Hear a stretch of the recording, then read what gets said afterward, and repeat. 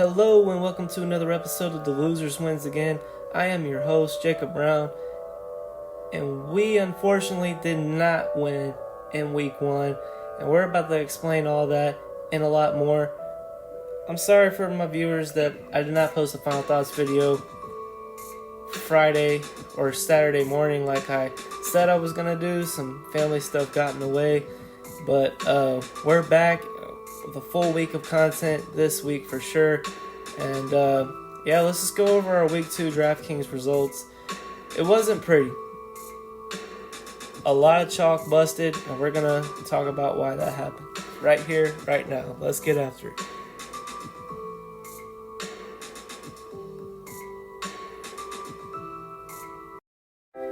Let's talk about how I did in this week 2 slate.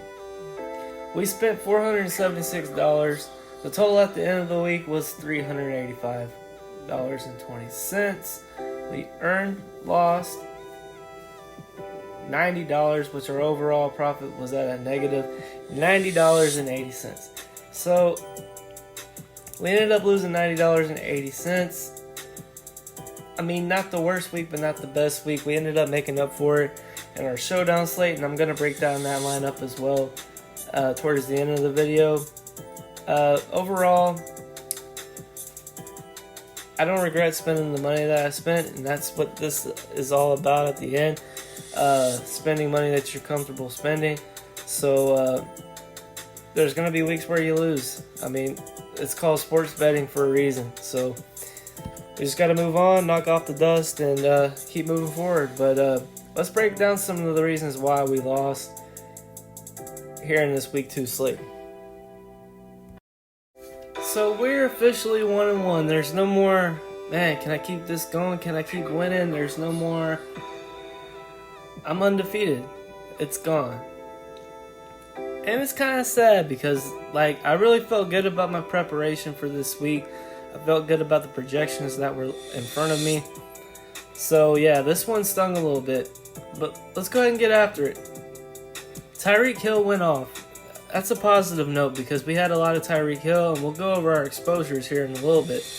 Our chalk running backs busted. This was the key thing for me. Saquon Barkley, Joe Mixon, Jonathan Taylor, Christian McCaffrey to a certain degree.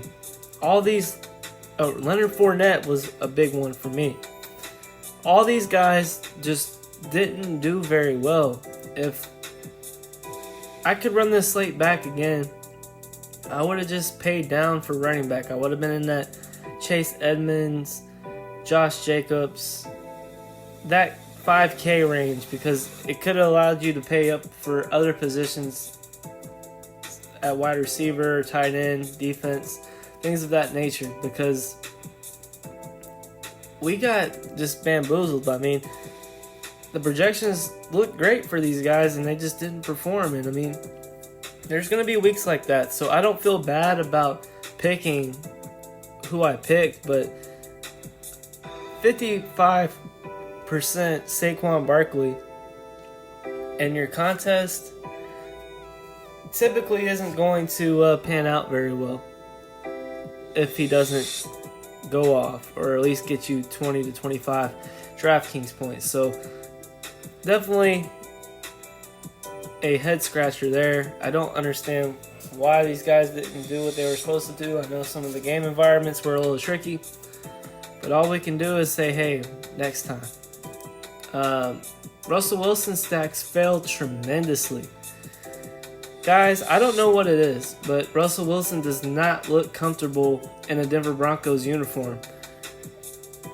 I know Jerry Jeudy got hurt early in the game, but his first 2 games were hand-me games, and he is struggling. There's no rhythm in this offense. There's no timing. Russell Wilson is known as one of the most efficient quarterbacks in all of the NFL, and he just looks very off with his guys. I don't know if he'll get it right this season. I mean, 2 weeks in a row, not looking very good. Let's go ahead and move on to Christian Kirk, Jacoby Myers. I'll even add Curtis Samuel to this list, they continue to be overlooked in tournaments. Christian Kirk was like 7% owned in most of my tournaments I played in. And he's just straight up producing 20 plus Draftkings points in 2 weeks in a row. Multiple targets 2 weeks in a row. Jacoby Myers, same scenario. Curtis Samuel looks to be the wide receiver 1 in Washington. There's a lot going on with these three guys, and I'm going to be very curious to see where they land in price point for week 3, because they have been outperforming their salary multiple weeks in a row. Another thing I regret is fading the Raiders-Cardinals game, just due to the fact that Kyler Murray went off. I know Devontae Adams didn't perform well, and that's probably where we would have ended up. He would have been some part of our lineup, and that probably would have meant we didn't get the Tyreek Hill. So, I mean, in hindsight, I guess I don't regret it completely, but Kyler Murray performed. He was in my top 5 stacks video, but I ended up going a different route, and it just didn't go very well. Ashton Dillon did very good at his price point, however, and I know there was a lot of value at wide receiver. Everyone was going after Richie James, Greg Dortch, which Greg Dortch did hit at that chalky ownership, but Ashton Dillon kind of rose up in ownership later in the day, Sunday morning, going into the Sunday's main slate. But he still was at pretty decent low ownership, and I felt pretty good about rostering him. He was one of my highest owned receivers on the week. Overall, the chalk running backs and the Denver stacks hurt our lineups, and I just wish I could play this slate back, because thinking about things now, Tyreek Hill looked like one of the best wide receiver plays on the whole entire slate. Jacoby Myers was a maybe on my list, and I mean, if you got interest in 2 wide receivers, you should have interest in their quarterback. So that's something we're going to reconsider as we're preparing for week 3. But this was definitely a very educational week for me, and I'm looking to use this information for week 3. Can't wait to get to that slate. Let's go ahead and talk about my exposures to players. So let's go over the exposures really quick. Sadly, Saquon Barkley was one of my highest owned players. Out of 15 lineups, he was in 10 of them at 67%. So that really hurt us, because he was 55% owned in most of my lineups. That means I was basically over the field, on the field. So 67%, it's not good when your guy only scores you 11 points. Ashton Dillon, I also had 67% up, but I felt pretty good about that. And I also felt good about Saquon Barkley, I'm not going to lie. I mean, his projections and value looked great for week 2. I don't regret making this pick, because he just looks so good. I mean, people underperform all the time. It's just a part of the game. But Ashton Dillon I felt good about as well. He was my highest owned wide receiver at 67%. Brandon Cooks, however, another guy that really popped off on my projections sheet, just did not do it for us. With 9 lineups, I had him at 60%. He only got us like 9 Draftkings points. This whole game was just a very bad game environment. Russell Wilson did not perform for us at all in those stacks, and Brandon Cooks was our main run back option in those stacks, and he didn't perform well either. Matthew Stafford, on the other hand, he didn't perform like awesome, but he didn't perform bad either. So I actually am okay with the exposure that I had to Stafford, 53%. This is actually a mistake, because I only played 7 Stafford lineups. I think I just had one extra one while I was thinking about what I wanted to put in. But yeah, Matthew Stafford, basically also at 47%, like I have Russell Wilson here. I mean, I don't regret any of the Stafford lineups I played in. Some of the players just underperformed, especially in our run back options. We had a lot of Kyle Pitts, who we'll get to here in a little bit, and we had a decent amount of Cordell Patterson. Those stacks didn't perform very well. But let's go ahead and move on to Russell Wilson. I don't know if I'll ever play him again the rest of the season, unless it's like on a showdown slate or something, because he just does not look well with Denver. He's definitely on the decline. Stock's going down on the Denver Broncos, and I don't know when I'm going to roster him again. Christian Kirk, probably my best pick on the week other than Tyreek Hill, who we'll get to here in a minute.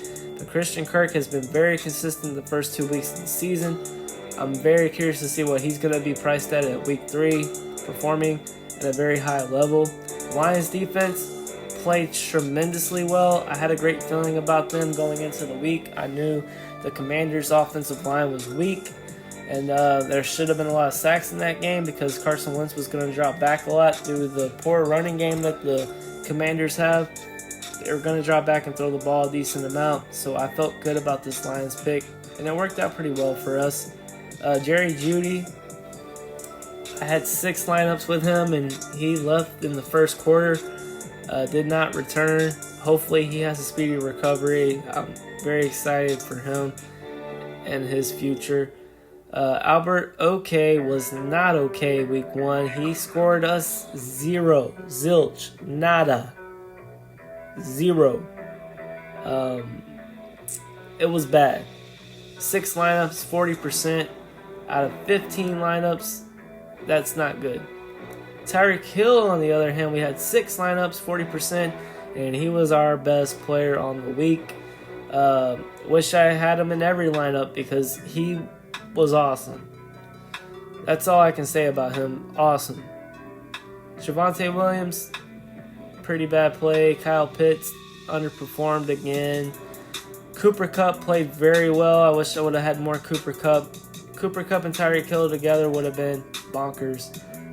Cortland Sutton, 4 lineups, 27%, not very good. Tyler Higbee, he did okay. Jacoby Myers, one of the guys I've been hyping up a lot. I wish I would have had more of him. I also wish I would have played him in my season-long leagues as I was hyping him up on these videos. I didn't even play him in my season-long league. L's dropping for me everywhere as we speak. Leonard Fournette, I kind of got on him late Sunday morning. Just due to all the injury news for Tampa, I thought they were going to just run the offense through him, and they tried to, but the Saints defense wasn't having it. Darrell Henderson, another bad chalk play. High owned, didn't perform very well. Allen Robinson had his bounce back game like we expected. Dolphins defense, that game was a blowout. A shootout. So, no, the Dolphins defense was pretty bad. Josh Jacobs, had 3 lineups with him. I probably should have just went ahead and played him more because he scored about just as many points as Saquon and Darrell Henderson did. So, and he was at a big difference in ownership. So, definitely wish I would have played him. Rex Burkhead didn't get the snap share that he got in week 1, so that was kind of a bad pick. Devontae Adams wasn't a bad pick, but wasn't a good pick either. He got a touchdown, but pretty much after that, he kind of was out. Cordell Patterson, not a great pick. He was another guy that looked pretty good in the projections as a run back option for my Rams stacks, but it just didn't work out. Steelers, not very good. I was pretty happy with how the Giants performed defensively. Ben Skowronek didn't do good, but didn't do good enough to get us cashed more. DeAndre Swift, I probably wish I would have rostered him a little bit more. Mike Evans, I saw that he was rolled in, so I thought maybe I would just do a one-hit shot on him, but that did not work out very well as he got ejected in the game. Late in the game, I might add, but it still got ejected. Drake London, wish I would have played him more than I did Kyle Pitts. I wish these roles were reversed and Kyle Pitts was 7% owned and Drake London was, 33% owned. But we can only wish. Zach Ertz, wish I would have had a little bit more of him. Marquise Brown, of course, too. Chase Edmonds did okay, not great. And the Jets defense, well, we know that game was a big blowout, so that defense didn't do well either. Overall, I'm happy with the play from Tyreek Hill and Christian Kirk and Jacoby Myers. Wish I would have got a lot more of them. So let's go ahead and break down our top GPP lineup. And no, $1.50 wasn't all that I won with this. This was just one of the first ones that popped up at the top. I played this in a lot of lineups. I mean, I only had one lineup made, but I played it in multiple contests. So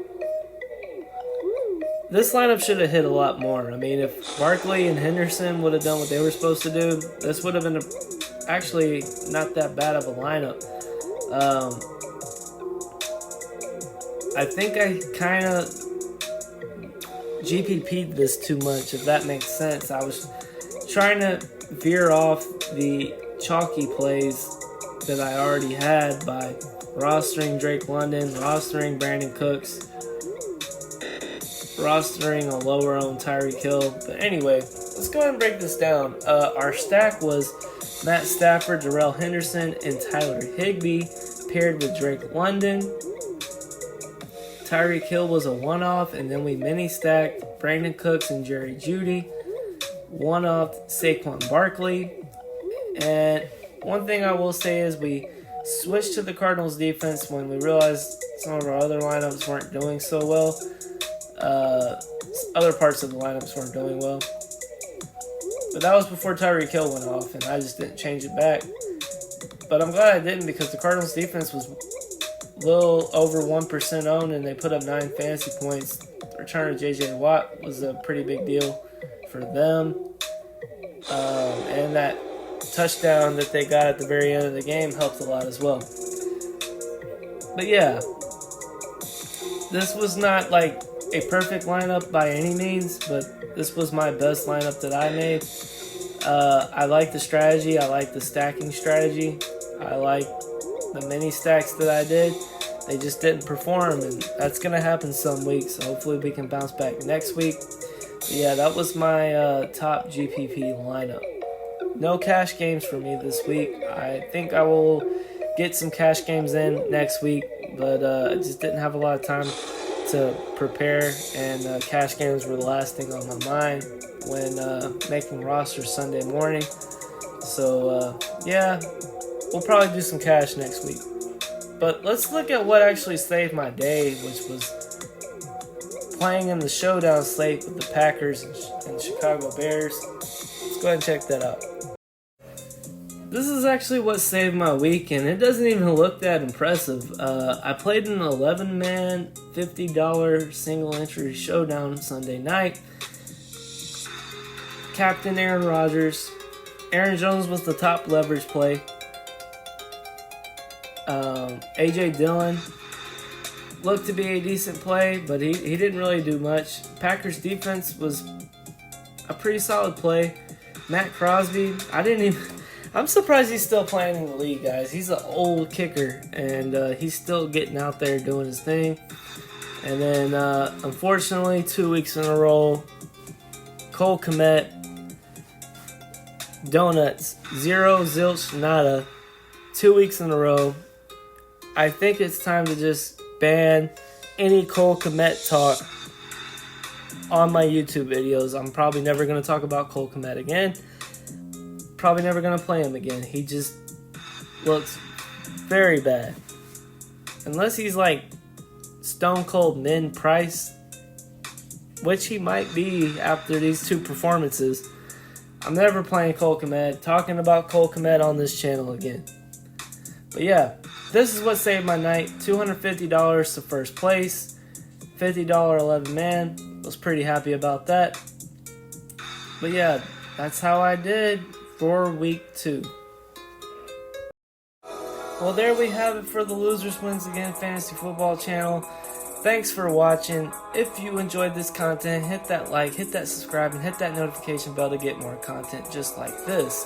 My Patreon provides these sheets we've discussed today and much more for a $5 a month fee. Drop down in the comments to ask me about it. Subscribe to my social media outlets for updates until the slate lots.